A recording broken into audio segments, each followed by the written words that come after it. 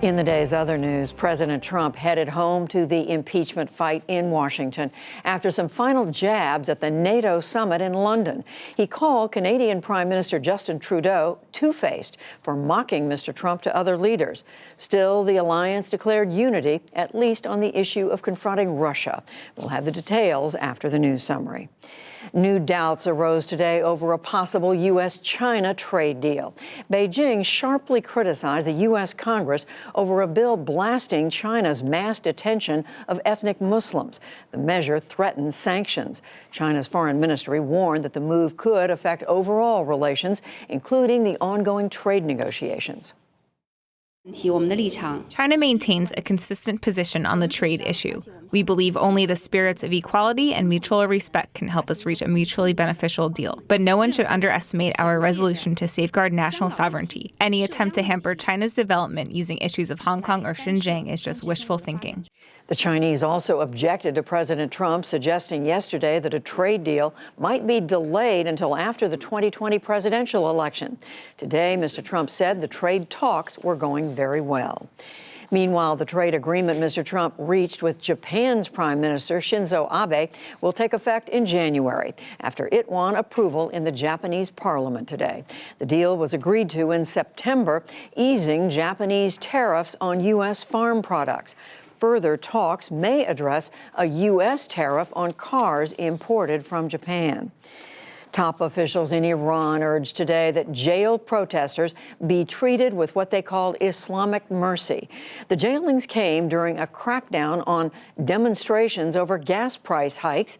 In a televised speech, President Hassan Rouhani claimed again that the U.S. helped foment the protests, but he said some who took part were innocent.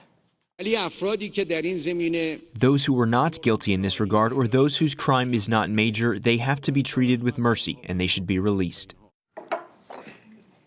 Separately, Supreme Leader Ayatollah Ali Khamenei said that protesters who were killed should be considered martyrs if they had no role in instigating the unrest. He urged that their families be compensated. Amnesty International says that at least 200 people were killed by security forces. The European Union announced today that it will likely miss its target for reducing greenhouse gas emissions.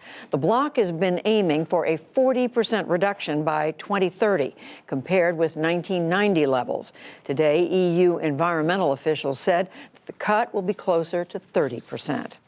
Back in this country, the Roman Catholic Bishop of Buffalo, New York, resigned over his handling of alleged sexual misconduct by clergy.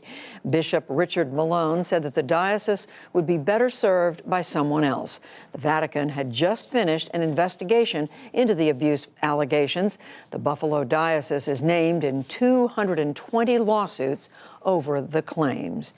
U.S. Attorney General William Barr drew fire today for his latest comments on policing. In a speech on Tuesday, he said that Americans should stop protesting against police and show them more respect. He warned that those who do not back local officers could wind up doing without their services. They have to start showing more than they do, the respect and support that law enforcement deserves. And if communities don't give that support and respect, they may find themselves without the police protection they need. Barr did not specify which communities he meant, but civil liberties and human rights activists charged that he was targeting minorities and others who protest police brutality and racially motivated misconduct. Georgia's Republican governor tapped business executive Kelly Loeffler today to fill a U.S. Senate seat. She replaces fellow Republican Johnny Isakson, who has Parkinson's disease and is resigning at month's end. Congressman Doug Collins also wanted the Senate seat. He is one of President Trump's biggest supporters. As the Senate gets a new member, the U.S. House is losing another veteran. Democrat Denny Heck of Washington State announced today he's retiring. He said his work on the House Intelligence Committee and the impeachment inquiry had worn him down. Heck is the 9th House Democrat not to seek re-election, along with 20 Republicans. Former President Jimmy Carter is back home in Plains, Georgia tonight after his latest hospital stay.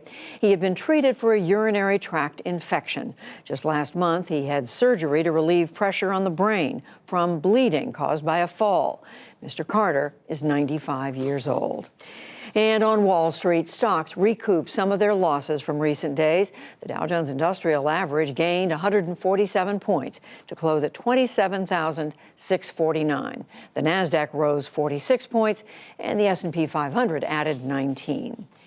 Still to come on the NewsHour, NATO at a crossroads. President Trump meets with allies at a contentious moment. The new Trump administration rule that will bar hundreds of thousands of people from receiving food stamps. And on the hunt for one of Earth's surprising climate change winners, wild mushrooms.